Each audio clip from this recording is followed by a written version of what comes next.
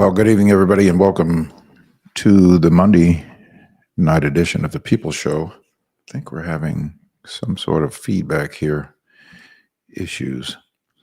Not quite sure what that is, but we're going to have to try to see if we can't correct it.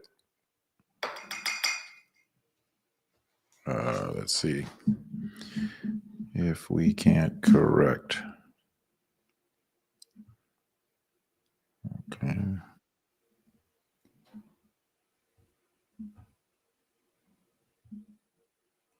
Maybe that's it.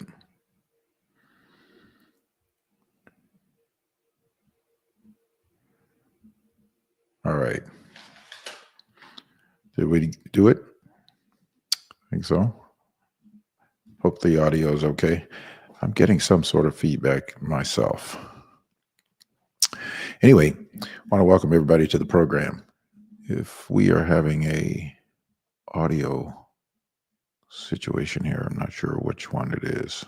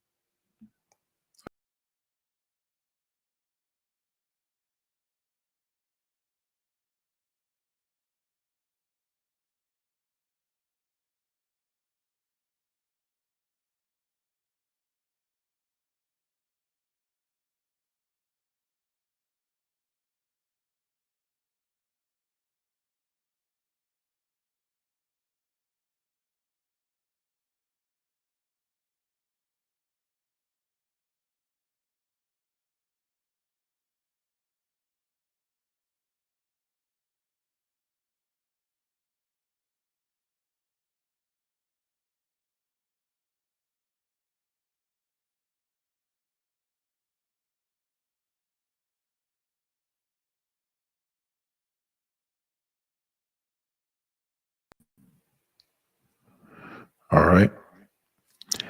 I'm not sure, but we are having some technical difficulty. We're going to try to see if we can't correct it. Let me know if that is still an issue, Earl. If you would please text me, and we'll try to see if we can't correct it.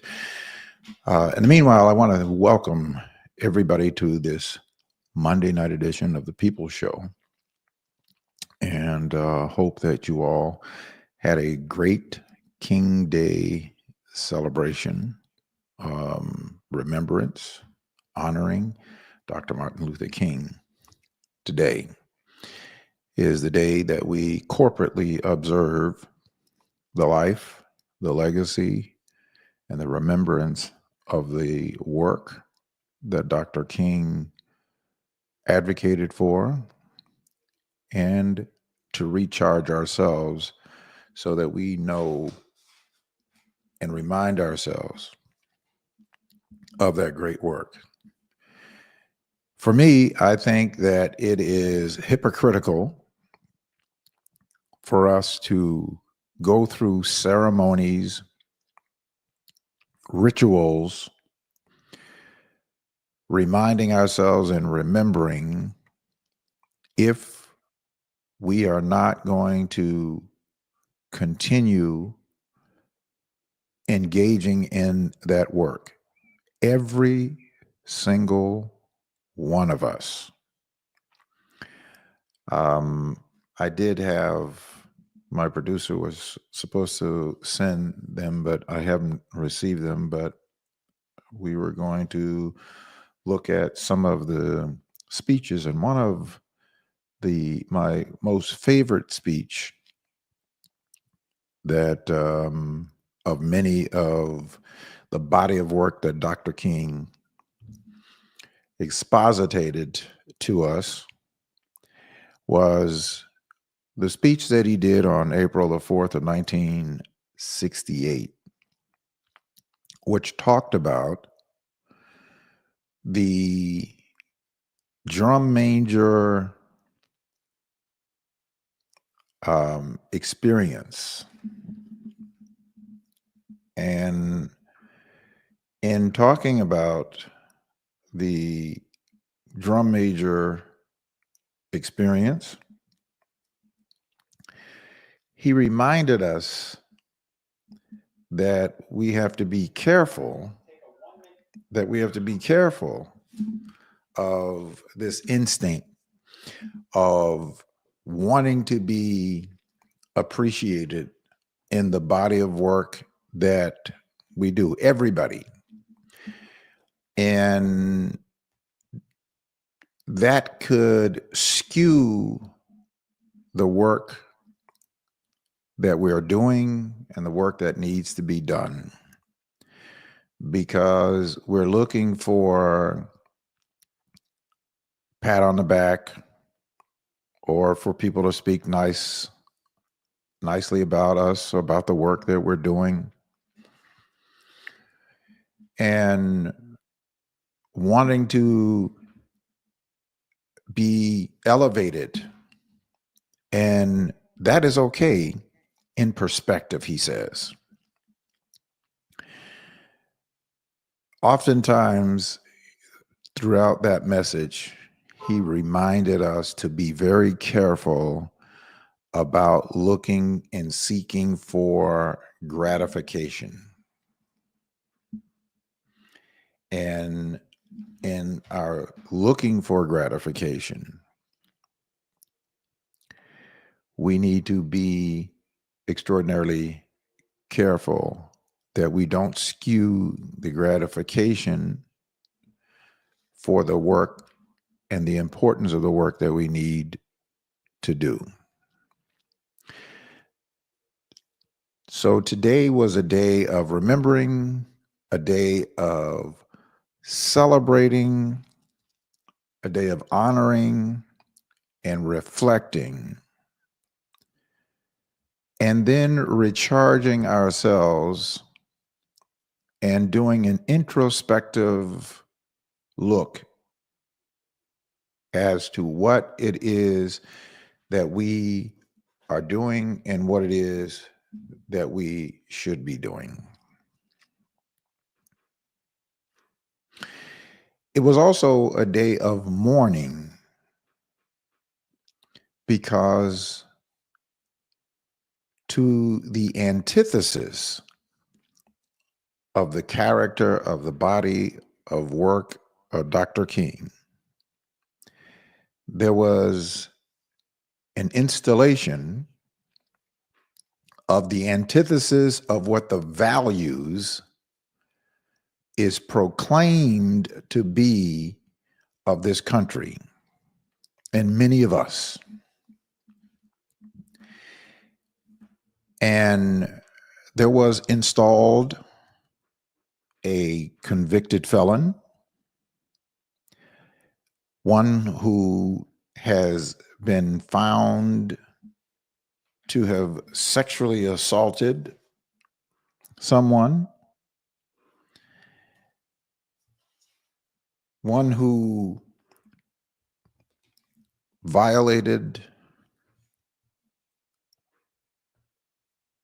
democratic norms, was brought up on charges, and only escaped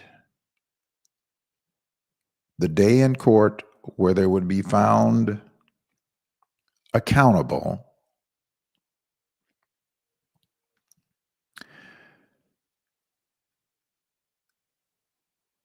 because they won an election.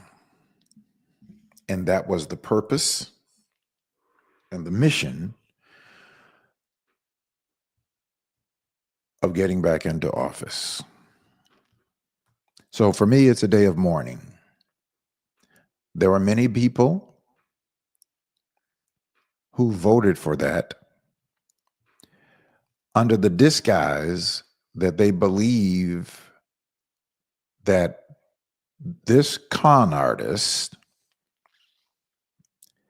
is going to do something that is going to benefit the lives of poor and the working poor and the average working person in this country. When you pay attention, if you are paying attention to what they say and what they actually do, then you will know that that is not what is going to happen. Now, there are those of us who are going to work every day in our various spaces, whatever the platforms that we have, to reach people and to get the truth to people about what is and what is not. So that is what we're going to do. I was on a meeting call last night with Kairos and the Win with Black Men, which we're going to be collaborating all across the country. And that's, if you know, that it is a group that is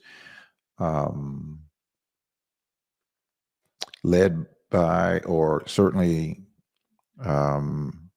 co-led by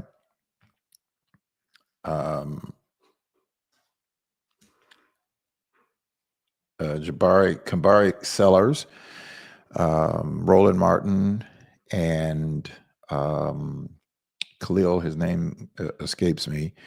But last night, there were more than 300 people on this call across the country. They were talking about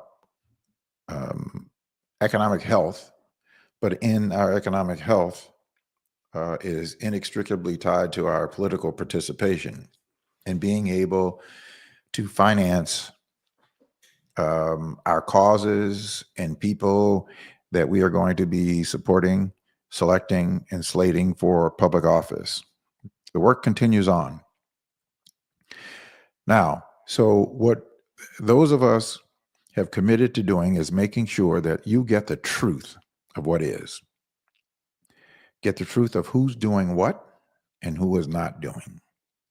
What you're not going to get from the con artist in chief is you're not going to get policies that are going to benefit the lives of the average working person, and certainly is not going to bring any type of change to the poor. They didn't do it in their first term. What they did in their first term is gave another $6 trillion in tax cuts for their wealthy transactionalists. And that is a part of three other Republicans that has exploded the debt. That's why the debt that we have of $34 trillion today is what it is, because of $40 trillion in tax cuts that have been supported by 3 Republican presidencies going back to Ronald Reagan. And we are still paying for the Ronald Reagan tax cuts. And this administration, the 45th administration, has added to that. And somehow he's been pretty remarkable at being able to convince people for which he has no identity, and they have no identity to him, no familiarity with him, to convince them that he is a better choice than the work and the body of work that has been done by this administration.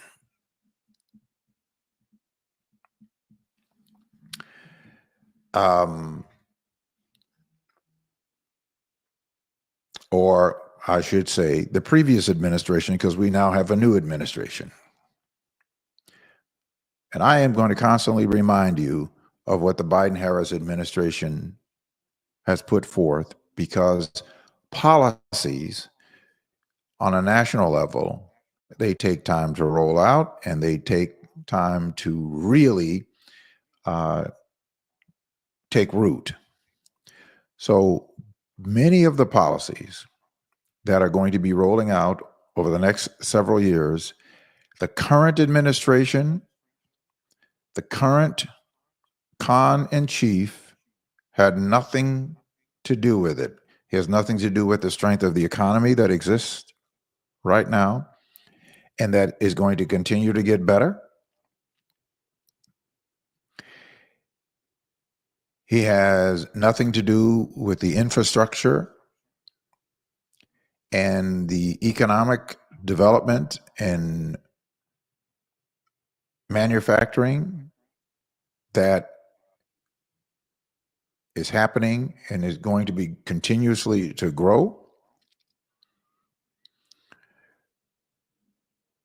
All of those policies and all of what you see happening, inflation being down and continuously going down,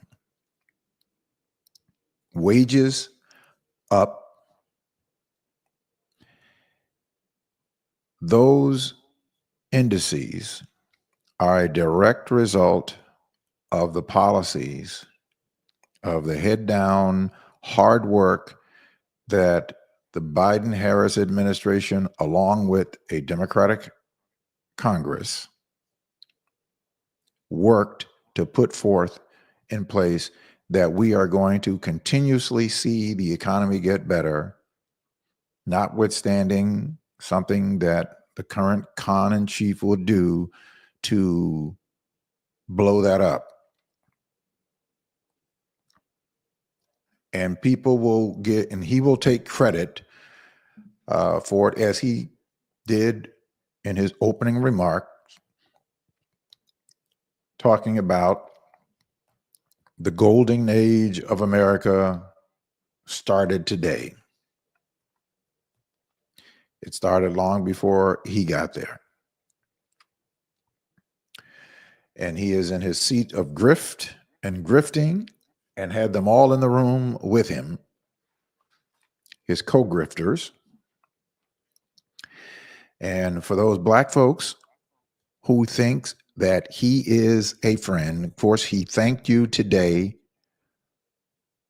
for being beguiled by him and voting for him. That is all you're going to get from him in terms of the affirmative or positive. I hope and pray that I am proven wrong, but I doubt very seriously that that's where it's going to be. So buckle up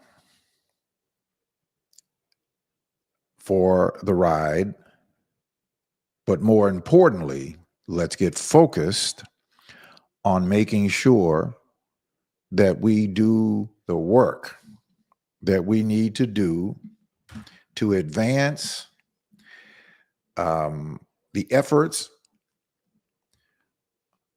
of a much more important figure that we honor and take time to celebrate today, and that is in Dr. Martin Luther King Jr., who left a lifelong legacy of lessons and encouragement and admonishment for you and I to get busy, stay busy doing the work that we need to do to deal with making this country respond to those who need help the most, and not for just the preferential few. That's really where I wanted to spend much of my time today talking about. And I wanted to share some recordings with you. And unfortunately, my producer was not able to provide to provide us with what we needed in order to prepare for that. Hopefully, we will be able to get some of that to you this evening. But I want to go back and I want to show you some things. I want to show you some clips that will help us to put things into perspective. Remember those tax cuts that Donald Trump passed in 2016, signed into law in 2016, and tried to tell us that he had the plan for putting these tax cuts in place and making sure that they're fully paid for. Here is a congressional hearing, committee hearing, on asking leading economists and those who are responsible for providing us with the basis or the actual statistics and the data on spending. See, when it's called an investment, depending upon how they want to couch it, saying that giving wealthy people who have already received trillions of dollars of tax cuts, going all the way back to Ronald Reagan, that they need more in order to make things better for the average working person. Let's see how that turned out. Mr. Chairman, with your indulgence, I'd just like to ask every member of the panel a yes/no question. I've been doing this in a lot of these hearings. This discussion already came up, but because of the hype that was presented at the time of the Trump tax cuts, claiming that they would pay for themselves, I just ask everybody, especially our economists, whether in fact the Trump tax cuts pay for themselves. Let's just start with Dr. Clausen and just go down the line. They did not. Yeah. Does not appear so. They did not. No, they did not. It's not something I'm qualified to speak to. Got it. Thank you. Thank you, Mr. Chairman.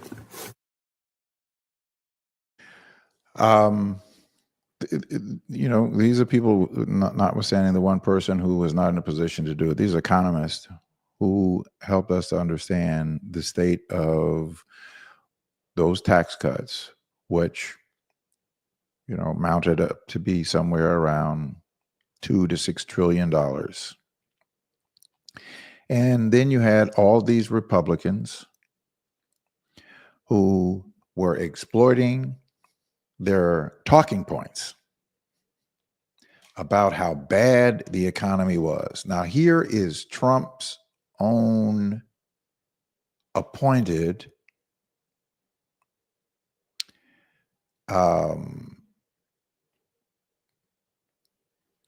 Secretary of the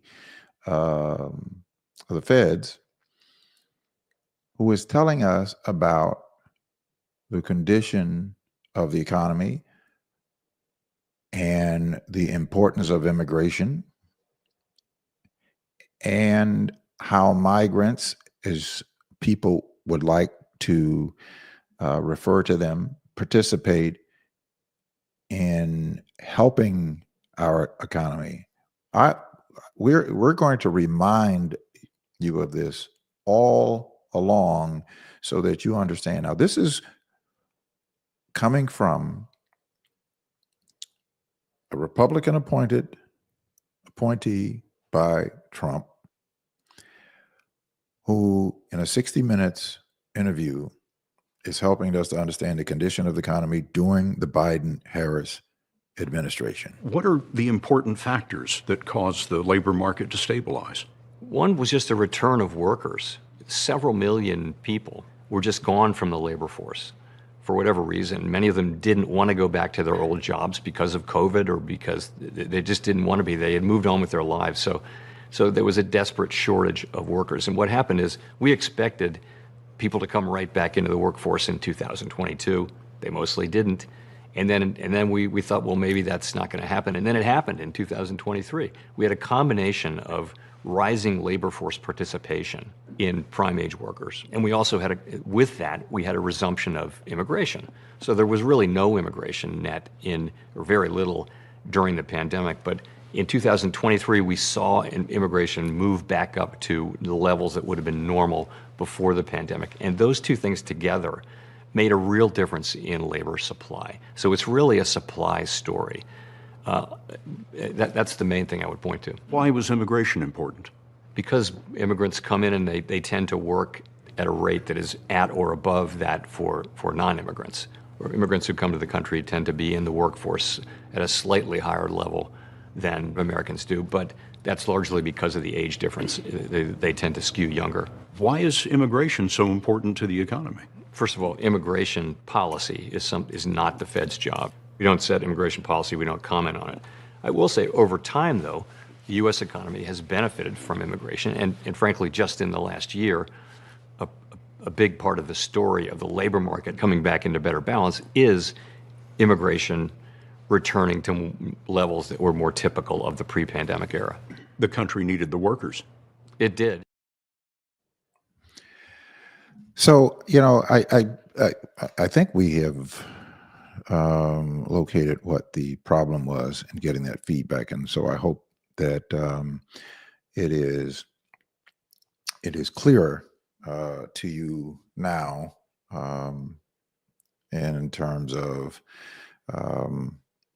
that we're not getting that double feedback. So it sounds like it, because I'm not hearing that ring. So I think we have adjusted that problem, and my producer just sent some other things. But as I was saying before, it is important that we we give you the facts so that you can go and you can verify them, but more importantly, that you can go with real information to understand where we are and how things got to where they are. For those people who just are not interested in really knowing and understanding what's going on, completely understand it. And those are not people that we're going to convince, because they're not interested in the truth. They're just interested in trying to convince themselves that their misinformed position and the decision that they made because of their misinformed or misinformation is okay. And that's sort of the man in the mirror thing. When you look in the mirror and you see that there's something wrong, that means you now have to do something about it. You have to take responsibility and do something about it. They don't want to look into the mirror, so they're not interested in the truth, so they'll continue on.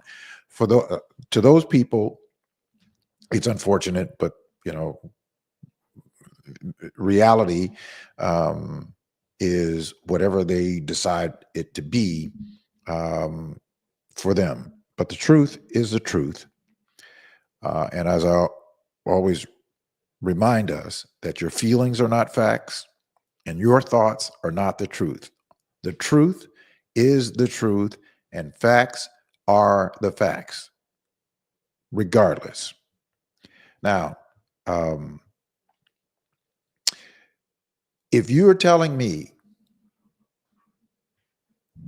if you're one of those people, and I'm talking to poor people, Black people, working class people, if you're one of those persons who believe that assisting historically Black colleges and universities with $16.5 billion and then calling for states to provide the more than $12.5 billion that the feds sent to those land grant colleges to give them their monies that they have been holding and withholding. If you say that that kind of administration is not the kind of administration that did anything to help advance the Black community, you're confused. If you say that an administration who gave child tax credits that cut child poverty in half, and the Republicans did not want and refused to extend, that came from a Democratic president and vice president and a Democratic Congress. That impacted millions and millions of Black, poor, working families that no longer get that support because you said that the alternative is better.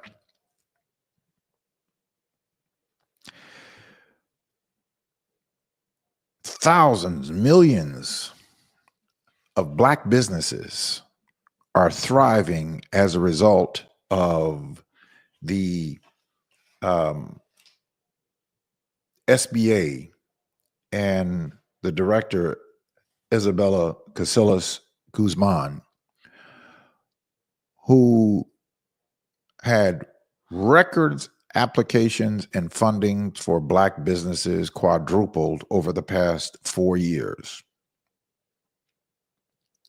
If you say that the alternative is better and that that is not progress and significant progress, well, you basically did that. Not the majority of us. And unfortunately, picking off a minority of people to support them so that they can win is what happened. They didn't win by a mandate. They got a plurality of the vote, less than 50%, which is a plurality of the vote. It's not a mandate. They want to call it a mandate because that's what, people will refer to it, but that's not the fact. It was a plurality of the vote. They got less than 50%, 49.8 or 4% or something like that they got of the vote. Now we can get into some other tactical decisions. If we want to, we can certainly do that. And I just want to kind of stay focused here for a minute. But what I want to do is I want to just continue to remind you, because I think we have to stay focused, and I certainly have to stay focused on making sure that we give you the information. Here in the state of Illinois, we're going to be receiving more than $46 billion, which has already started to happen as a result of the Biden administration. That will continue to happen, and this administration can do nothing about it because it is already in law, and many Republicans who voted against the Invest in America Act are benefiting from it, and they are not going to support messing around with it. So, but that's going to roll out. But here in our state, we are getting millions of dollars, billions of dollars. And I want to continue, and I'm going to continue to remind us for the next 4 years of when those policies take place, who did that. When those bridges are built and they are having the ribbon cutting over the bridges throughout the country, the infrastructure work throughout the country, we're going to remind you who did that. We're going to remind you of the $15.7 billion that's coming to 488 projects to our state as a result of the Investing in America plan of Joe Biden and Kamala Harris. That their work is going to continue to flourish throughout our states, including red states. But most people are not going to, they're going to have a short memory, and they're going to think that the current Khan in chief had something to do with it when he will have nothing to do with it. The same way he was handed a robust, strong economy that the Obama Biden administration pulled us up out of the depths of losing 700,000 jobs a month when they took office to 74 straight months of job growth and economic growth and low unemployment, one of the lowest unemployments that there was. Black unemployment was the lowest rate of black unemployment under the Joe Biden Harris administration in the history of the country. People tried to attest that to Donald Trump when he was in office, that he inherited from Barack Obama and Biden. He did nothing to impact that. That was there. That was done in the previous 8 years of the Obama-Biden administration that he inherited. He put no policies in place. He passed no legislation. The only significant piece of legislation that he passed was trillions of dollars of tax cut for wealthy corporations, period. That's what he did. And mismanaged COVID, which caused him to lose the election because he couldn't get his ego out of the way.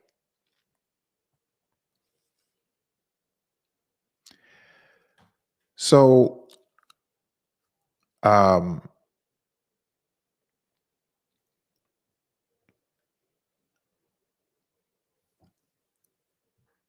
let's listen to a little bit more of Jerome Powell talking about the war and the global economy. Again, we have such short memories that I am not going to have a short memory. And I want to constantly remind you of this so that it gets ingrained in our understanding. Because what we do have to understand is when public policy actually goes in and president proposes a plan and Congress disposes of that, either passes or rejects, modifies, and then the president signs it into law. It may go into effect in recent months or sooner months or the next year, but you're not going to really understand the impact of that and see the impact of that for sometimes. It could take a year, it could take 2 years. And to get the real gist of it, the impact of it, it could take longer, just like the Affordable Care Act. The Affordable Care Act, you never saw a single, not one, for the Affordable Care Act, there was not a single insurance company, agency, CEO that had a problem with the Affordable Care Act, which meant that they would be realizing less of a percentage of profits, that 15% of their profits are going to come down across the board. But they didn't mind it because The difference is that they were getting 30 million more new customers than they would have had under the old law. So you never saw a backlash. You never saw a protest from insurance companies at all, including today, against the Affordable Care Act.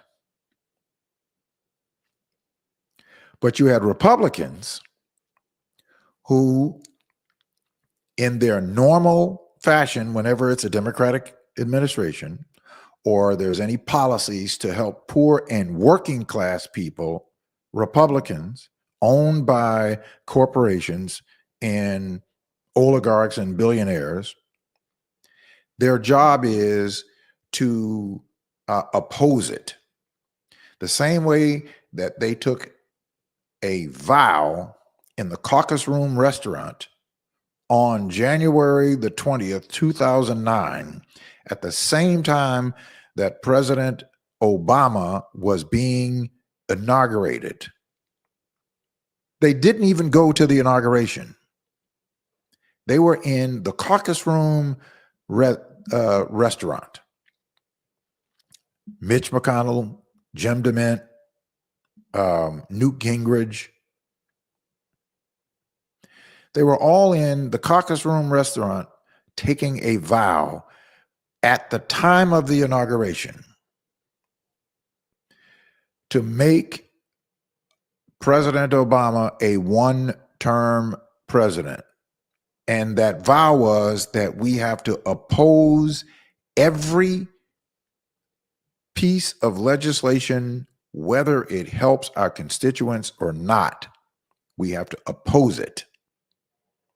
We have to do all that we can to make his presidency an unsuccessful one. So he didn't get any help from the Republicans. Yet the administration managed to have 74 straight months of job growth and economic improvement, and handed over a fantastic economy to a complete loser, to a complete incompetent, who eventually blew that economy because they mismanaged during their time in office. And even before COVID hit, decisions that they made to give trillions of dollars in tax cuts to wealthy people caused for there to be a net loss of manufacturing jobs that they promised that they were going to be bringing back, but they were losing.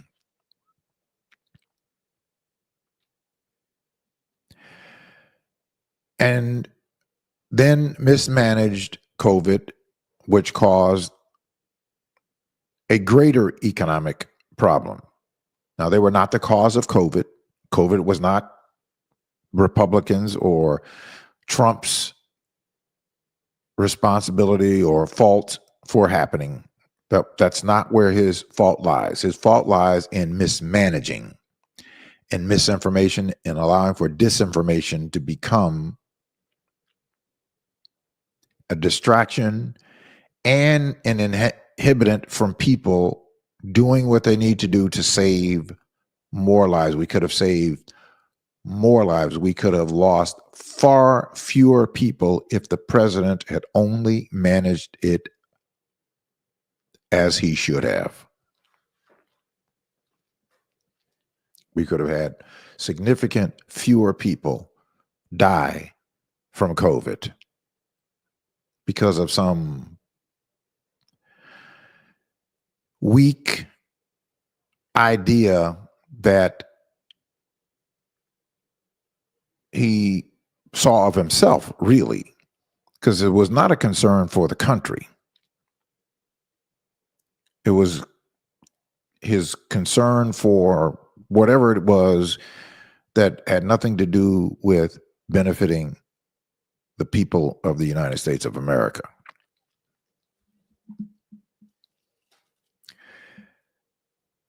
Then he loses, as a result, And in comes the Biden-Harris administration, whom at the time,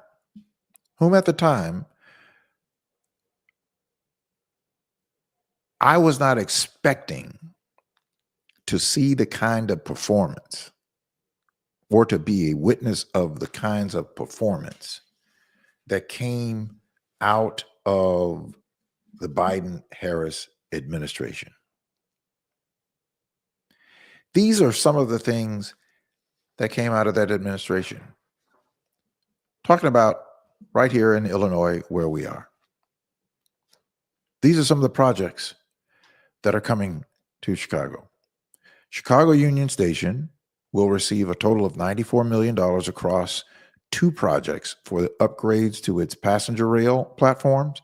Both projects will add capacity to the station, reduce delays, and prepare Chicago Union Station for future rail expansion and increased service. The city of Chicago has been awarded $144 million to rehabilitate 4 bridges over the Calumet River on the south side of Chicago. The Department of Energy awarded up to $1 billion to Michigan, Illinois, and Indiana for the Midwest Hydrogen Hub that we all share. This hub will produce clean hydrogen from renewable and nuclear energy and natural gas with carbon capture, and it will be used for industry such as steel and glass production, transportation, and power generation. The U.S. Army Corps of Engineers is investing $829 million in the Upper Mississippi River system, which forms the Missouri, Illinois, and Iowa border to strengthen supply chains and make it easier to move critical goods like grain. The project will build a new 1,200-foot lock and modernize existing locks and the dams. There is a total of $15.7 billion in infrastructure projects coming from the infrastructure law. Funding is being announced to Illinois for 488 projects, all coming out of the Biden-Harris administration. $11.1 billion for transportation, $6.7 billion for roads and bridges, $2.9 billion for public transportation, $494.1 million for airports. They just sent out the request for qualifications. There are several developers that are interested in building the 3rd airport that we have needed and that has been now more than 30 years reinvigorated by the former Congressman Jesse Jackson Jr., and I have worked on that with Delmarie Cobbs and the current Congresswoman Robin Kelly and others on that project that will be happening soon. $982 million for clean water, $337.1 million to replace toxic lead pipes in our buildings, $249.8 million for clean transportation, $107.3 million for EV charges, $52.1 million for clean transit buses, and $90.3 million for clean school buses, $239.7 million to clean up the legacy pollution, $1.4 billion for resilience. That is to strengthen our communities' readiness for climate and impacts over the global warming conditions. Clean energy and climate projects. Under the Biden-Harris administration, private companies have announced $8.4 billion in commitments to invest in 24th century industries, including $4.9 billion for clean power projects, $416 million for clean energy manufacturing, $1 billion in public funding has been announced for grants, rebates, and other initiatives to accelerate the deployment of clean energy, clean buildings, and clean manufacturing. This is not inclusive of the clean energy tax incentives from the Inflation Reduction Act. These are just some of the things, and I am going to continue to go through them and to remind you over and over and over again of the mistake that we made, or that the country made, in allowing for Agenda 47th and Project 2025 and the likes to come into play.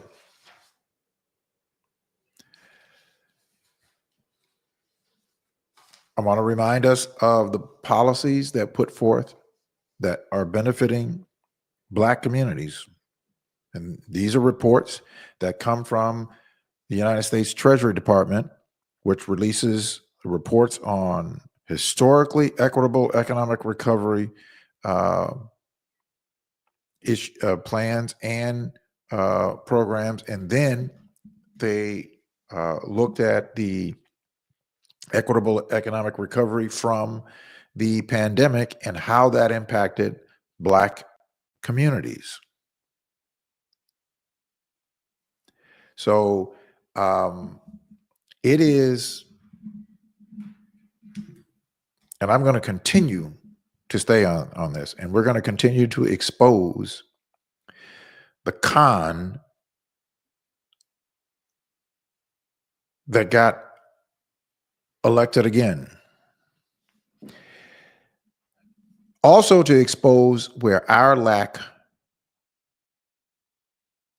of being informed,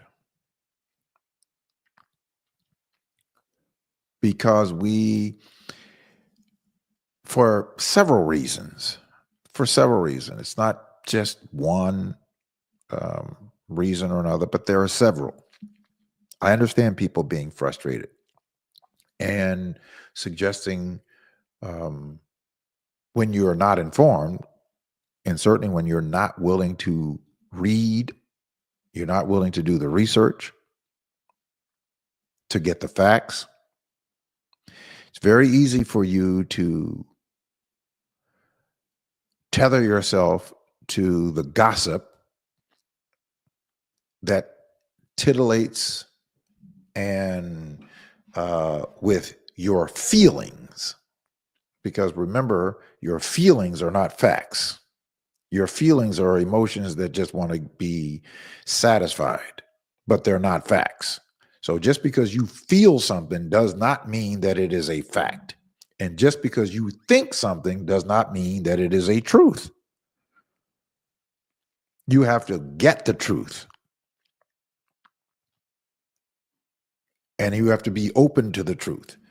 And thusly, you can make more informed decisions.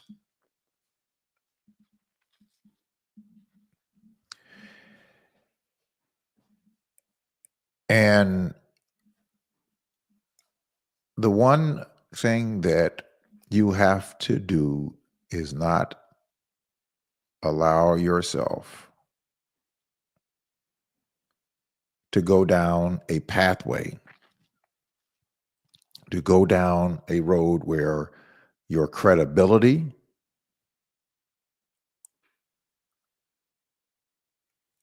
will be damaged. And your credibility gets damaged when you align yourself with something that is antithetical to progress, and you align yourself with something that is just not true, just because you feel something. Many people align themselves with this con in chief because they felt something about migrants. It is not migrants and it's not immigrants who are making $8, $9 an hour, doing jobs that many people don't want, that have caused any type of economic decline for the average person in America. That has to do with greed and those grifters who control people in political positions largely owned Republicans. Immigrants and immigration has not impacted your livelihood. But yet, they were able to convince you that they did, and you bought it.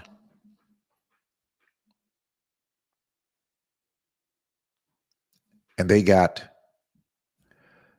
to your emotions. Now, let me just pause a little bit while I try to prepare this, but I want to talk to you about what we must do. What we must do. We must.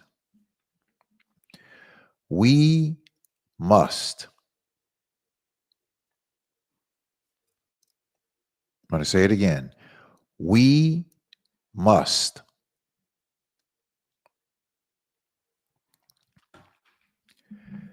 get actively involved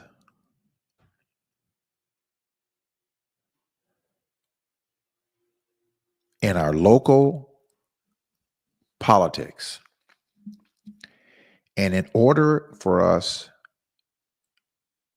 to make sure that our communities don't get passed over by these investments that I just went over with you, we have to be strengthened. We have to be in a position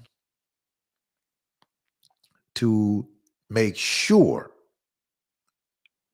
that we have the strength to speak to those who are in power. Those who are in power. We have to make sure that we have the strength, again, to go and advocate for our communities. We have to do that. We are not going to be able to do it if we are running in silos and we are trying to operate independent of each other. Because the fact is, we are interdependent upon each other. And when we are disconnected, we are not going to be able to make things happen that we want to have happen and that we need to have happen for our communities.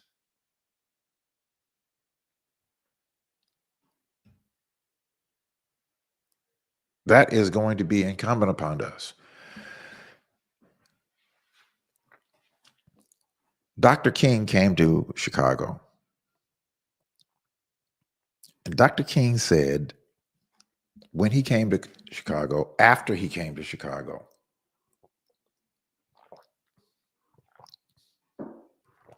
that one of the things that he recognized, more so, not that it's exclusive, but more so when he came to the North, that where we have large populations of Black people in our communities, that we are not willing to connect ourselves together. We're not so separated on the issues of what's needed. We see it every day where we live. Our problem is we are too disconnected for these finite idiosyncrasies, egos that separate us from each other. We've got to move away from that. If we sincerely want there to be change in our communities, if we really want there to be change in our communities, We've got to move away from that. I'm going to open up the phone lines if you want to call in so that you can call in. But, you know, this is about forward progress. This is about forward progress. This is about informing ourselves on how we are going to make sure locally, because what's happening on the federal level, we have great opportunities for what has already happened at the federal level over the past 4 years. That's going to be rolling out over the next 4, 6, 8, 10 years. And we need to make sure that we are in a place that we don't get passed over.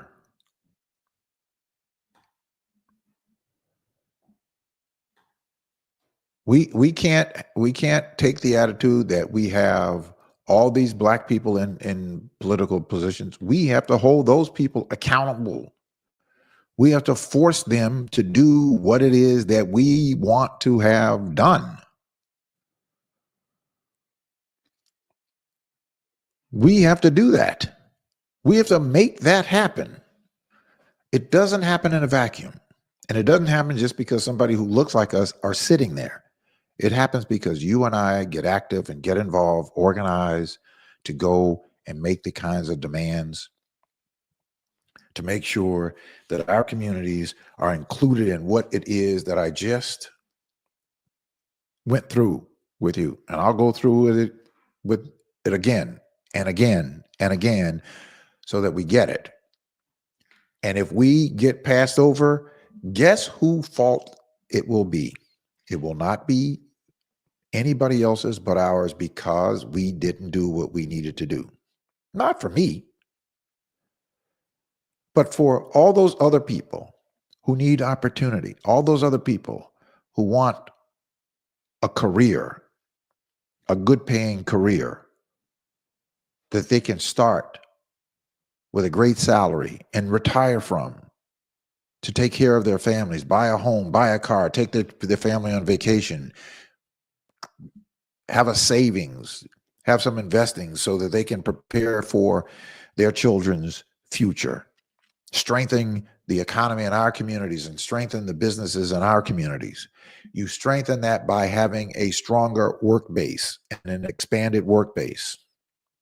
And you do that by developing economic policies that will spur investments to come.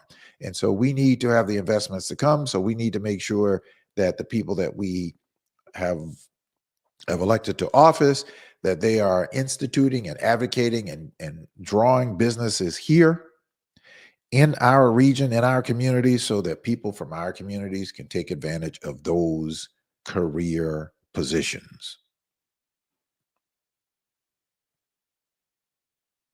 And we have to have an attitude of not individualism, but one of more of a corporate agenda. And we have a corporate agenda where more people are participating in it, then we will have an agenda that is going to help more of us that need help. Not me, because my economic situation is stable. My economic life is healthy. I need the economic life of you who is not healthy and many others who is not healthy to be healthy. And we have to have that attitude to look outside of ourselves.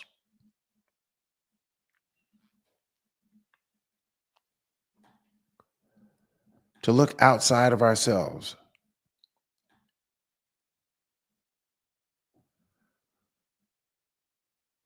This is what you and we have got to get to that type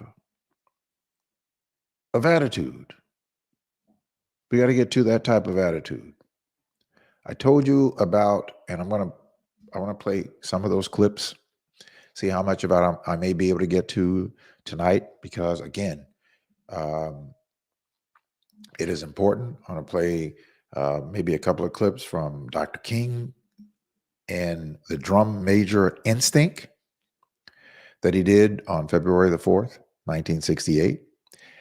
And I want to try to see if I can get a clip in of Reverend William Barber, who spoke today in Atlanta at the Dr. King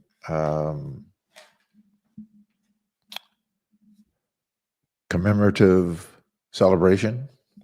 I want to see if I can get to some of that before tonight, because we've got to be reminded. We've got to be reminded of just what our civic and cultural responsibilities are. And it is not just to be critical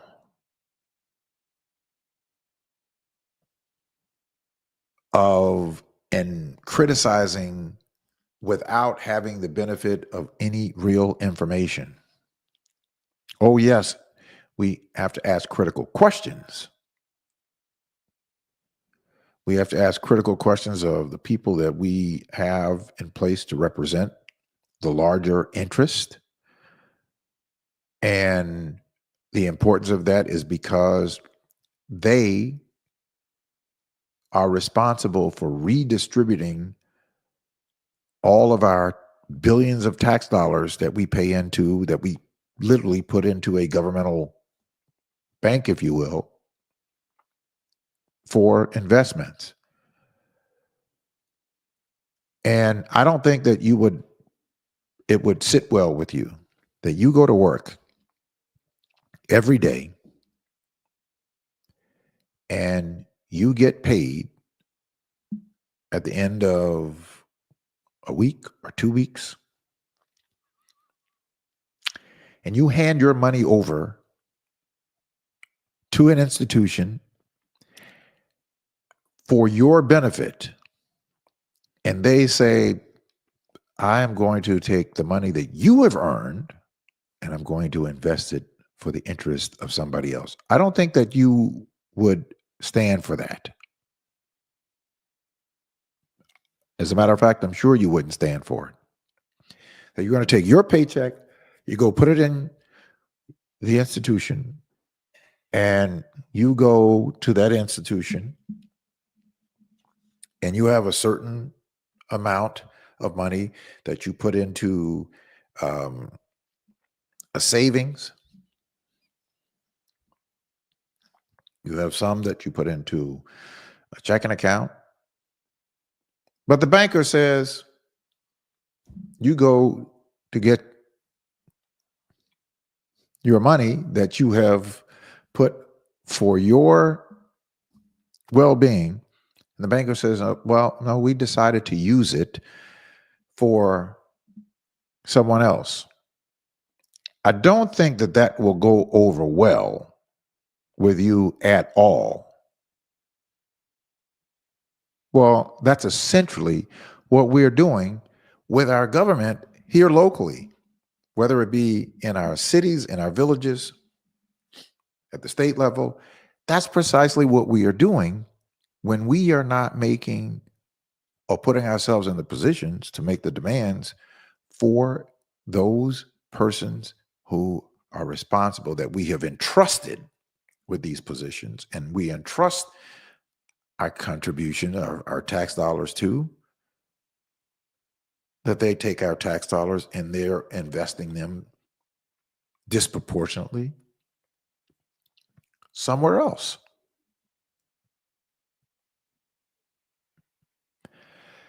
That is exactly and precisely what we're doing. That's an analogy of what we are doing corporately. And so what we have to do is we have got to abandon that way that we have allowed for this to go on. And we have to bring ourselves together so that we can collectively, as one voice, but a powerful voice, advocate for on behalf of all of our communities. And if we do that, when we do that, then we will see how that actually matters and how it actually works to benefit the whole. There will be people who will be able to start industries. There will be people that we will be able to go to and say to, we'll be able to say to a state representative or state senator as a block of people. And they will have to drive and carry those policies forward. If they don't, they know that because we're organized, we now have the ability to elect somebody else. See, the power of your vote is not only for the voting booth, but the power of your vote is for influence. In other words, it's like waving your vote in the face of state representatives, state senators, mayors, commissioners, village mayors, managers, trustees. That's essentially what we're doing. We're saying, look, there is a wave of us, and we're not asking. We're making a demand to you that this is what we are calling for. We're making a demand to you that this is what we are calling for. And if you don't meet that demand, then we're going to have to find someone else who can meet that demand. But you got to be in a position to have that strength in order for that to happen. You got to be in that position. If you're not in that position, you can't go there with 2 or 3 people thinking that somehow you're going to convince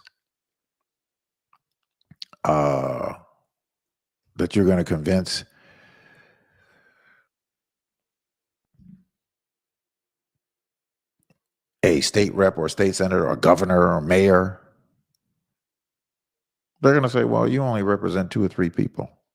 But when you represent thousands, there's a different attitude. Same person that you are now supported by thousands. There will be a difference in the way that they respond to you because they now are responding to all of us. And we do this not for our own individual prowess. When we get out of that and realize that when we are doing it corporately, that all will be benefactors of that in different ways. Because some people would like to be in a position to start a business. Some people will want to just have a great career. They just want an opportunity. But the resources have to be there in order to develop those opportunities. And they're not coming because there's somebody who is just sitting over there with the great vision. Unfortunately, many of the people who are in public office are not visionaries. You are the visionary, not those people. We're expecting for those people, but they're not. You must be the visionary. I talked to you earlier about how we spend a lot of time wanting to have these accolades to ourselves. And that's been a big part of our problem, is because we have too many people who want to be stars in the ghetto, and they just, want to be a chairman in a position, but there's nothing getting done, but they're okay with being called a chairman over nothing.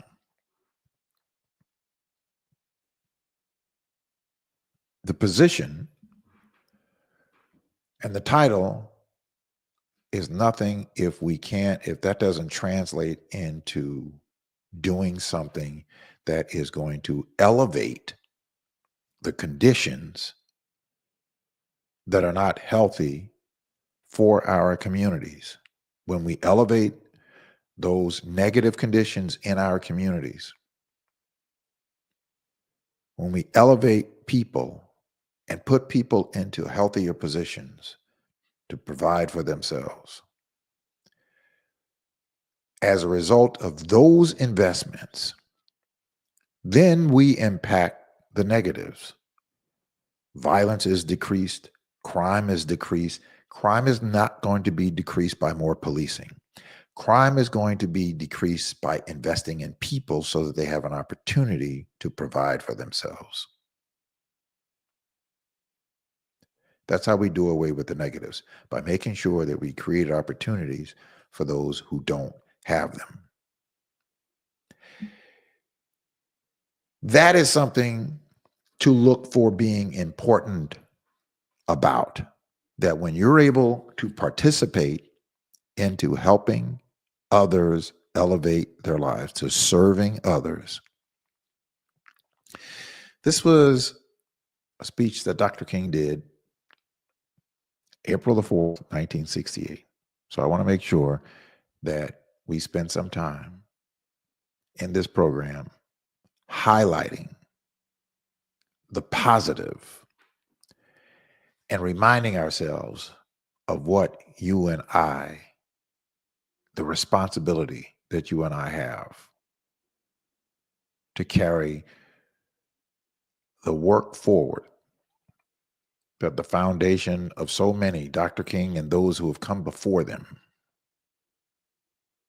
Paul Robeson and all of those folks, Fannie Lou Hamer, who was beat in a jail cell. Fannie Lou Hamer, the person who said, I'm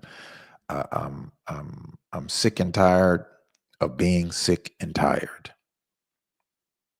Well, it's not just a slogan. It's not just a saying.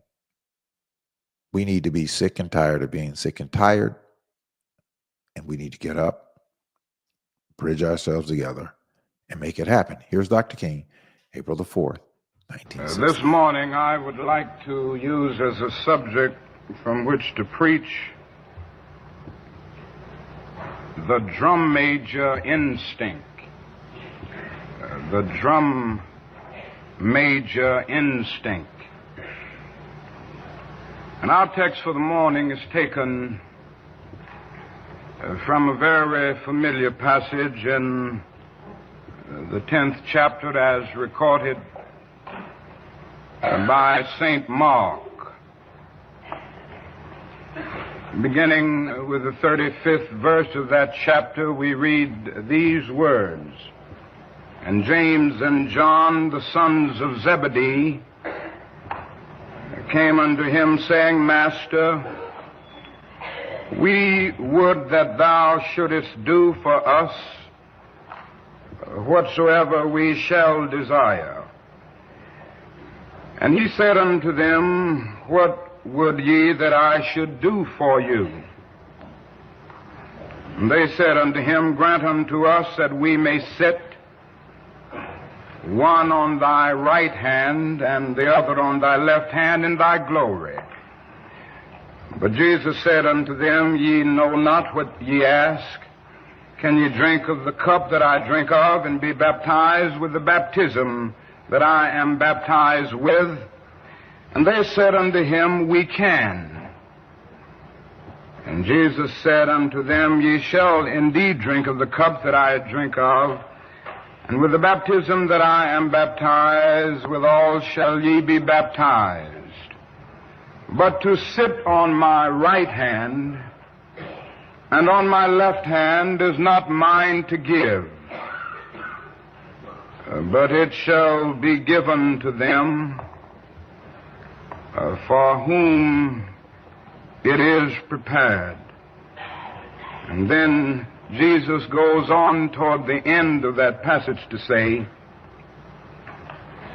But so shall it not be among you, but whosoever will be great among you shall be your servant, and whosoever of you will be the chiefest shall be servant of all. The setting is clear. James and John are making a specific request of the Master. They had dreamed, as most of the Hebrews dreamed, of a coming king of Israel who would set Jerusalem free and establish his kingdom on Mount Zion and in righteousness rule the world. And they thought of Jesus as this kind of king, and they were thinking of that day when Jesus would reign supreme as this new king of Israel. And they were saying, now, when you establish your kingdom, let one of us sit on the right hand and the other on the left hand of your throne. Now, very quickly, we would automatically condemn James and John, and we would say they were selfish. Why would they make such a selfish request? But before we condemn them too quickly, let us look calmly and honestly at ourselves, and we will discover that we too have those same basic desires for recognition, for importance, that same desire for attention, that same desire to be first. Of course, the other disciples got mad with James and John, and you can understand why, but we must understand that we have some of the same James and John qualities. And that is deep down within all of us an instinct. It's a kind of drum major instinct, a desire to be out front, a desire to lead the parade, a desire to be first. And it is something that runs the whole gamut of life. And so before we condemn them, let us see that we all have the drum major instinct. We all want to be important, to surpass others, to achieve distinction, to lead the parade. Alfred Adler, the great psychoanalyst, contends that this is the dominant impulse. Sigmund Freud used to contend that sex was the dominant impulse, and Adler came with a new argument saying that this quest for recognition, this desire for attention, this desire for distinction is the basic impulse, the basic drive of human life, this drum major instinct. And you know, we began early to ask life to put us first. Our first cry as a baby was a bid for attention. And all through childhood, the drum major impulse or instinct is a major obsession. Children ask life to grant them first place. They are a little bundle of ego. They have innately the drum major impulse or the drum major instinct. Now, in adult life, we still have it, and we really never get by it. We like to do something good, and you know, we like to be praised for it. Now, if you don't believe that, you just go on living life, and you will discover very soon that you like to be praised. Everybody likes it, as a matter of fact. And somehow this warm glow we feel when we are praised or when our name is in print is something of the vitamin A to our ego. Nobody is unhappy when they are praised, even if they know they don't deserve it, and even if they don't believe it. The only unhappy people about praise is when that praise is going too much towards somebody else. But everybody likes to be praised because of this real drum major instinct. Now, the presence of the drum major instinct is why so many people are joiners. You know, there are some people who just join everything. And it's really a quest for attention and recognition and importance. And they get names that give them that impression. So you get your groups, and they become the grand patron. And the little fellow who is henpecked at home needs a chance to be the most worthy of something. It is the drum major impulse and longing that runs the gamut of human life. And so we see it everywhere, this quest for recognition, and we join things, overjoin really, that we think that we will find that recognition in. The presence of this instinct explains why we are so often taken by advertisers. You know, those gentlemen of massive verbal persuasion. And they have a way of saying things to you that kind of gets you in the bind. In order to be a man of distinction, you must drink this whiskey. In order to make your neighbors envious, you must drive this type of car. In order to be lovely to love, you must wear this kind of lipstick or this kind of perfume. And you know, before you know it, you're just buying that stuff.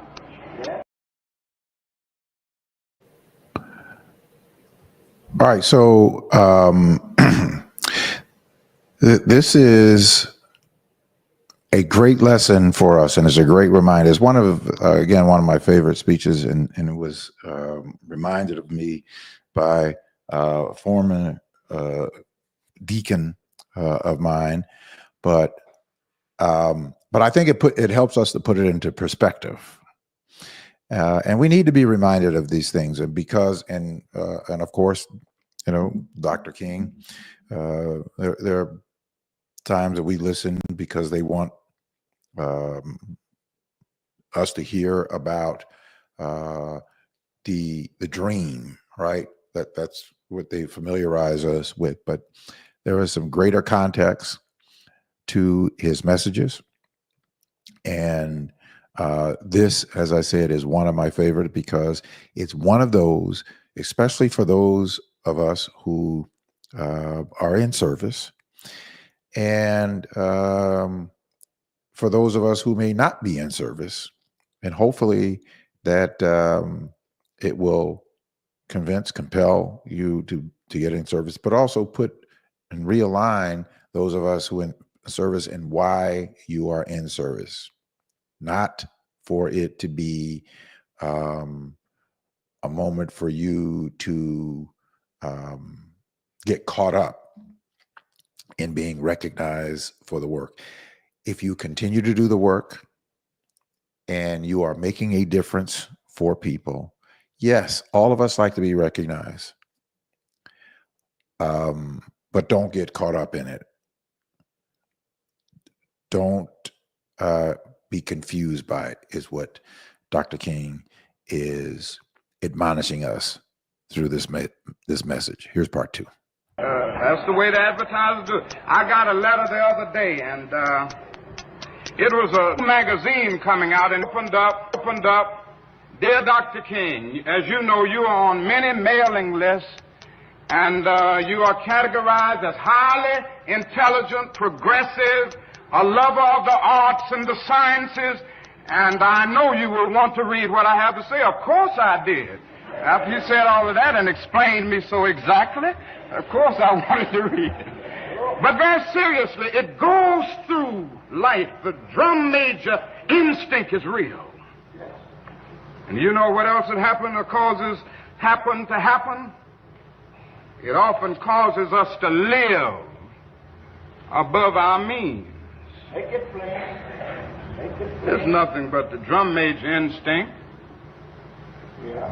You ever see people buy cars that they can't even begin to buy in terms of their income? You've seen people riding around in Cadillacs and Chrysler who don't earn enough to have a good T Model Ford. But it feeds a repressed ego. You know, economists tell us that your automobile should not cost more than half of your annual income. So if you make an income of $5,000, your car shouldn't cost more than about $2,500. That's just good economics. And if it's a family of two and both members of the family make $10,000, they would have to make out with one car. That would be good economics, although it's often inconvenient. But so often, haven't you seen people making $5,000 a year and driving a car that costs $6,000, and they wonder why their ends never meet? That's a fact. Now, the economists also say that your house shouldn't cost, if you're buying a house, it shouldn't cost more than twice your income. That's based on the economy and how you would make ends meet. So if you have an income of $5,000, it's kind of difficult in this society, but say it's a family with an income of $10,000, the house shouldn't cost much more than $20,000. Well, I've seen folk making $10,000 living in $40,000 and $50,000 houses. And you know, they just barely make it. They get a check every month somewhere, and they owe all of that out before it comes in. Never have anything to put away for rainy days. But now the problem is, it is the drum major instinct. And you know, you see people over and over again with the drum major instinct taking them over, and they just live their lives trying to outdo the Jones. They got to get this coat because this particular coat is a little better and a little better looking than Mary's coat. And I've got to drive this car because it's something about this car that makes my car a little better than my neighbor's car. I know a man who used to live in a $35,000 house, and other people started building $35,000 houses, so he built a $75,000 house, and then somebody else built a $75,000 house, and he built a $100,000 house, and I don't know where he's going to end up if he's going to live his life trying to keep up with the Joneses. There comes a time that the drum major instinct can become destructive. And that's where I want to move now. I want to move to the point of saying that if this instinct is not harnessed, it becomes a very dangerous, pernicious instinct. For instance, if it isn't harnessed, it causes one's personality to become distorted. I guess that's the most damaging aspect of it, what it does to the personality.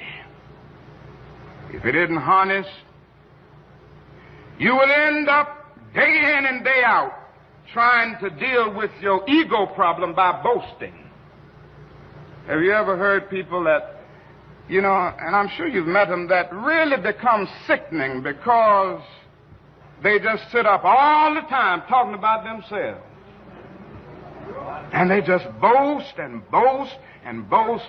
And that's a person who has not harnessed the drum major instinct. And then it does other things to the personality. It causes you to lie about who you know sometimes. There are some people who are influence peddlers. And in that attempt to deal with the drum major instinct, they have to try to identify with the so-called big-name people. And if you're not careful, they will make you think they know somebody that they don't really know. They know them well. They sip tea with them, and they this and that. That happens to people. And the other thing is that it causes one to engage ultimately in activities that are merely used to get attention. Criminologists tell us that some people are driven to crime because of this drum major instinct. They don't feel that they're getting enough attention through the normal channels of social behavior. And so they turn to antisocial behavior in order to get attention, in order to feel important. And so they get that gun, and before they know it, they rob the bank in a quest for recognition, in a quest for importance. And then the final great tragedy of the distorted personality is the fact that when one fails to harness this instinct, he ends up trying to push others down in order to push himself up. And whenever you do that, you engage in some of the most vicious activities. You will spread evil, vicious, lying gossip on people because you're trying to pull them down in order to push yourself up. Make it plain. The great issue of life is to harness the drum major instinct. Now, the other problem is, when you don't harness the drum major instinct, this uncontrolled aspect of it is that it leads to snobbish exclusivism. It leads to snobbish exclusivism. Now, you know, this is the danger of social clubs and fraternities. I'm in a fraternity. I'm in 2 or 3. For sororities and all of these. I'm not talking against them. I'm saying it's the danger. The danger is that they can become forces of classism and exclusivism, where somehow you get a degree of satisfaction because you are in something exclusive, and that's fulfilling something, you know. And I'm in this fraternity, and it's the best fraternity in the world, and everybody can't get in this fraternity. So it ends up, you know, a very exclusive kind of thing. And you know, that can happen with the church. I know churches get in that bind sometimes. Make it plain. I've been to churches, you know, and they say, we have so many doctors and so many school teachers and so many lawyers and so many businessmen in our church. And that's fine, because doctors need to go to church, and lawyers and businessmen, teachers, they ought to be in church. But they say that, even the preacher sometimes will go all through that. They say that as if the other people don't count. The church is the one place where the doctor ought to forget that he's a doctor. The church is the one place where the PhD ought to forget that he's a PhD. The church is the one place that the school teacher ought to forget the degree she has behind her name. The church is the one place where the lawyer ought to forget that he's a lawyer. And any church that violates the whosoever will let him come doctrine is a dead cold church, and nothing but a little social with a thin veneer of religiosity. The church is true to its church. So it will let him come. Not whosoever will let him come. And it does not suppose to satisfy the perverted uses of the drum major instinct.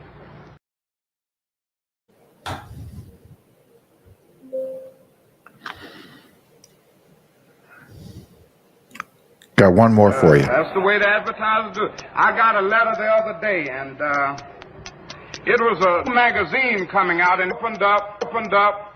Dear Dr. King, as you know, you are on many mailing lists, and you are categorized as highly intelligent, progressive, a lover of the arts and the sciences, and I know you will want to read what I have to say. Of course I did. After you said all of that and explained me so exactly, of course I wanted to read it. But very seriously, it goes through life. The drum major instinct is real.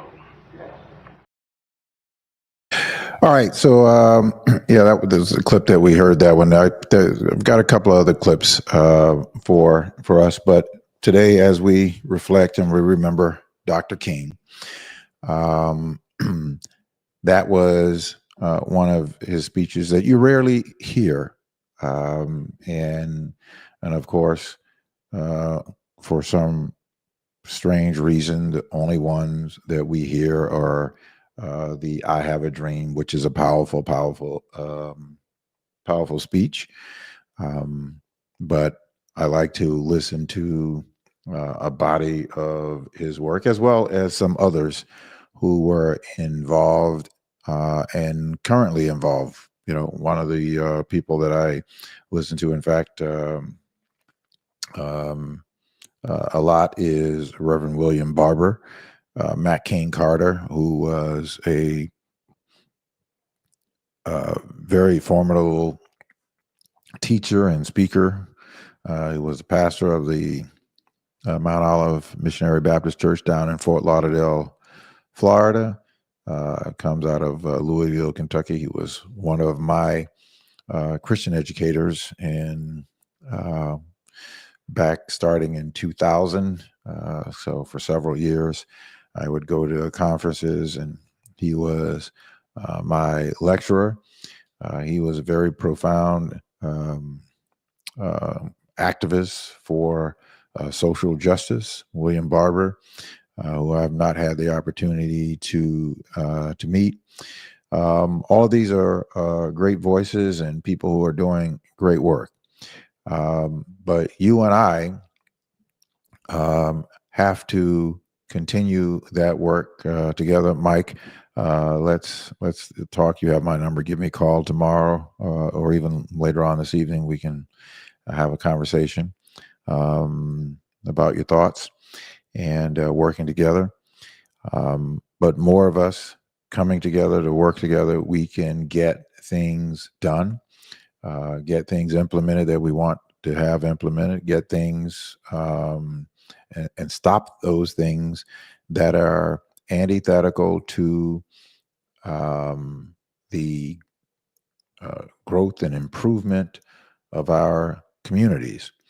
But we have to do that together. We have to do away with the idiosyncrasies of the egos and the the proclivities of wanting to be the profound I gotcha, and just want to just be obstructionist with negativism. We can move forward in a positive direction because most of us want the same things for our communities. We want our schools to be effective, learning institutions that prepare young people so that they can go on and be productive from our communities. We want our health facilities, our hospitals. We want for our communities to develop like other communities are developed, where people don't have to be forced out of their communities, that they can have an access to really good paying jobs.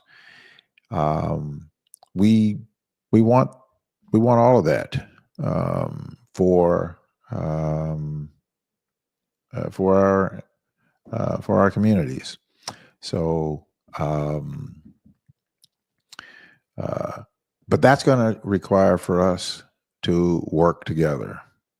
Remind us that we have people in position, but people in position only move to those who are being consistent and those who are organized, the organized agitators, if you will. Dr. King spoke about that in this very message about, somebody's got to be the agitator. Somebody's got to be the agitator. Let me give you one more clip of Dr. King. We may not be able to get to Reverend William Barber, but let's listen to this clip of part 3 of the drum major instinct. The one place where everybody should be the same, standing before a common master and savior. Yes. And a recognition grows out of this that all men are brothers because they are children of a common father. Some instinct lead to exclusivist one thing. Instinct lead one feel and can lead one to feel that because he has some training, he's a little better than that person who doesn't have it. Or because he has some economic security, that he's a little better than that person who doesn't have it. And that's the uncontrolled, perverted use of the drum major instinct. Now, the other thing is that it leads to tragic, and we've seen it happen so often, tragic race prejudice. This recording is briefly interrupted at this point. We see with our own eyes. In fact, not too long ago, a man down in Mississippi said that God was a charter member of the White Citizens Council. And so, God being the charter member means that everybody who's in that has a kind of divinity, a kind of superiority. And think of what has happened in history as a result of this perverted use of the drum major instinct. It has led to the most tragic prejudice, the most tragic expressions of man's inhumanity to man.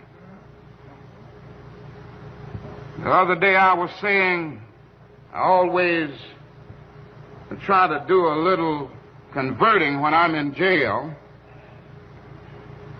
And when we were in jail in Birmingham the other day, the white wardens and all enjoyed coming around the cell to talk about the race problem. And they were showing us where we were so wrong demonstrating. And they were showing us where segregation was so right. And they were showing us where intermarriage was so wrong. So I would get to preaching, and we would get to talking calmly because they wanted to talk about it.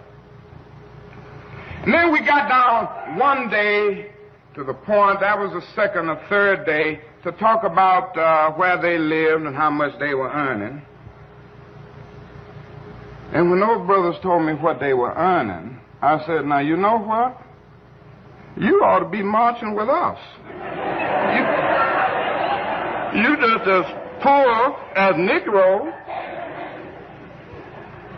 And I said, you are put in the position of supporting your oppressor, because through prejudice and blindness you fail to see that the same forces that oppress Negroes in American society oppress poor white people. And all you are living on is the satisfaction of your skin being white and the drum major instinct of thinking that you are somebody big because you're white. And you're so poor you can't send your children to school. You ought to be out here marching with every one of us every time we have a march. Now that's a fact. The poor white has been put into this position where through blindness and prejudice he is forced to support his oppressors. And the only thing he has going for him is the false feeling that he's superior because his skin is white and can't hardly eat and make his ends meet week in and week out. Now, not only does it stop, not only does this thing go into the racial struggle, it goes into the struggle between nations. And I would submit to you this morning that what is wrong in the world today is that the nations of the world are engaged in a bitter, colossal contest for supremacy. And if something doesn't happen to stop this trend, I'm sorely afraid that we won't be here to talk about Jesus Christ and about God and about brotherhood too many more years. If somebody doesn't bring an end to this suicidal thrust that we see in the world today,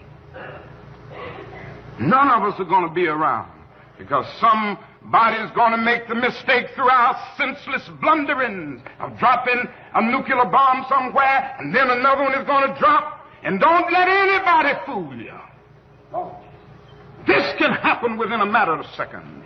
They have 20 megaton bombs in Russia right now that can destroy a city as big as New York in 3 seconds with everybody wiped away in every building. And we can do the same thing to Russia and China. But this is where we have drifted, and we are drifting there because nations are caught up with the drum major instinct. I must be first. I must be supreme. Our nation must rule the world. And I am sad to say that the nation in which we live is the supreme culprit.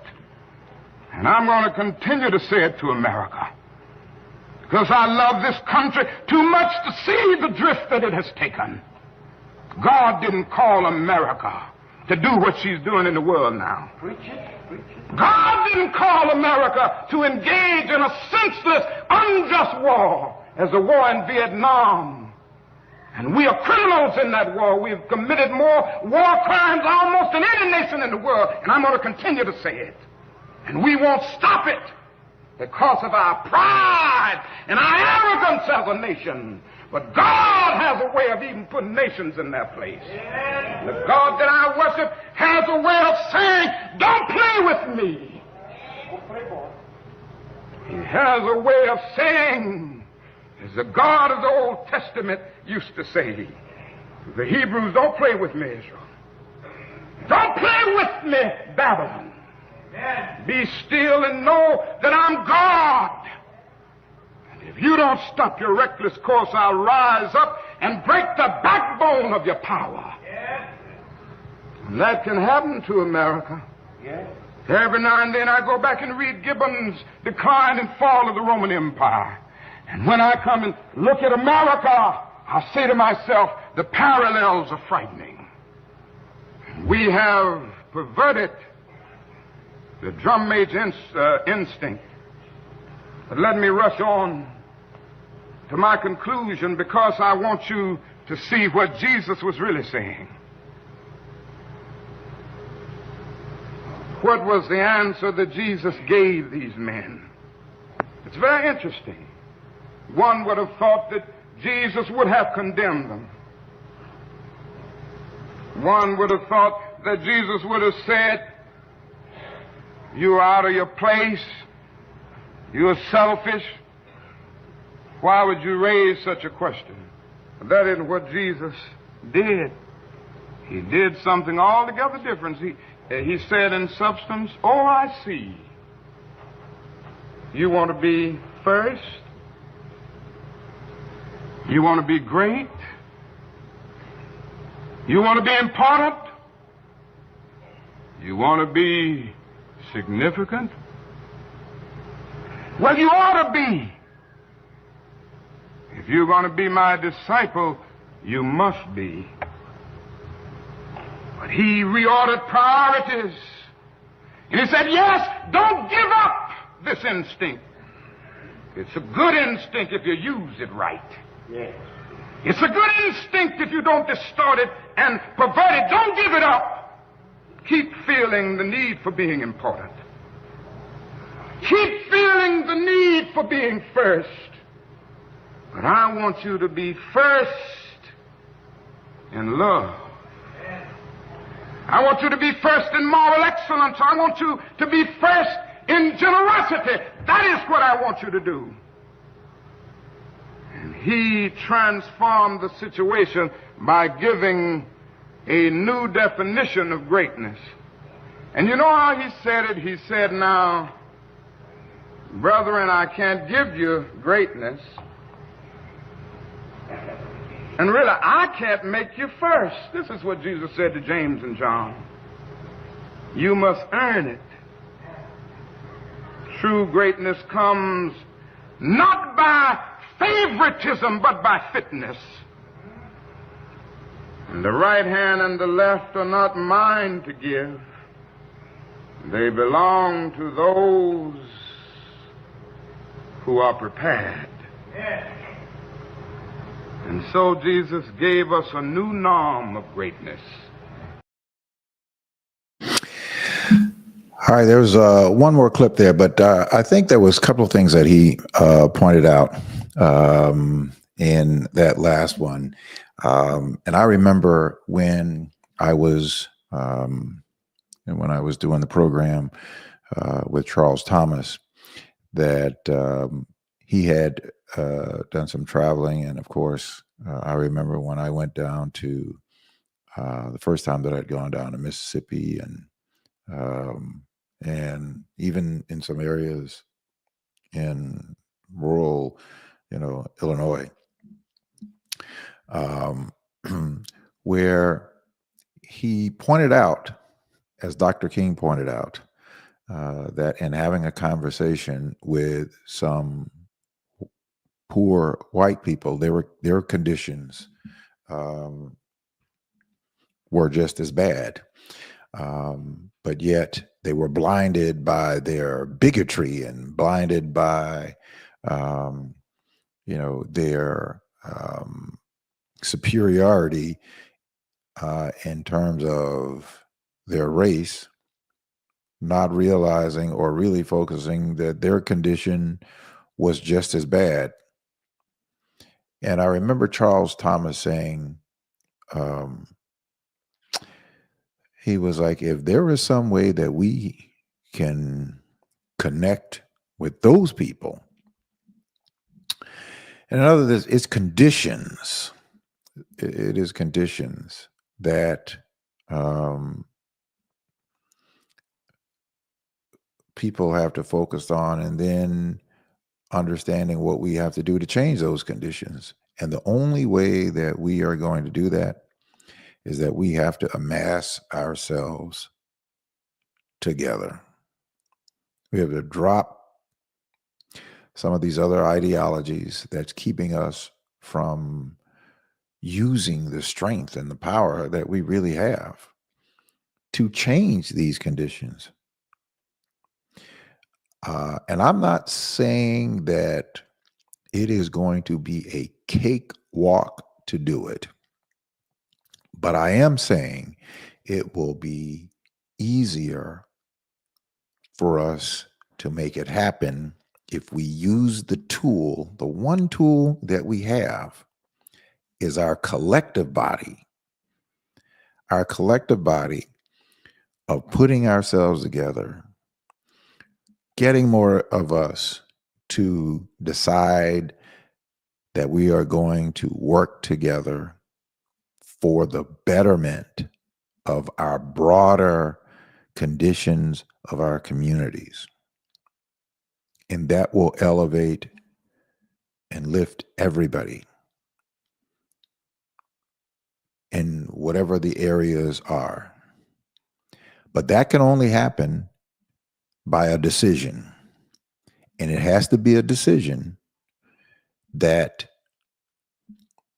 we make, that we are going to connect ourselves together and we are going to support the efforts of the people who are already doing the work.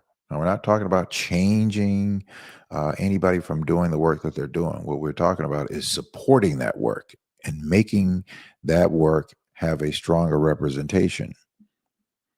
If you are leading in education, if you're leading in housing, if you're leading in health, if you're leading in criminal justice, if you're leading in economics, whatever those areas are, if we're doing it together and we bring ourselves together to support the work that you're doing, that work can progress on a much wider basis and further. All right, that's going to do it for tonight. Listen, we're going to continue. I'm going to be doing another program this week, so I will be announcing that.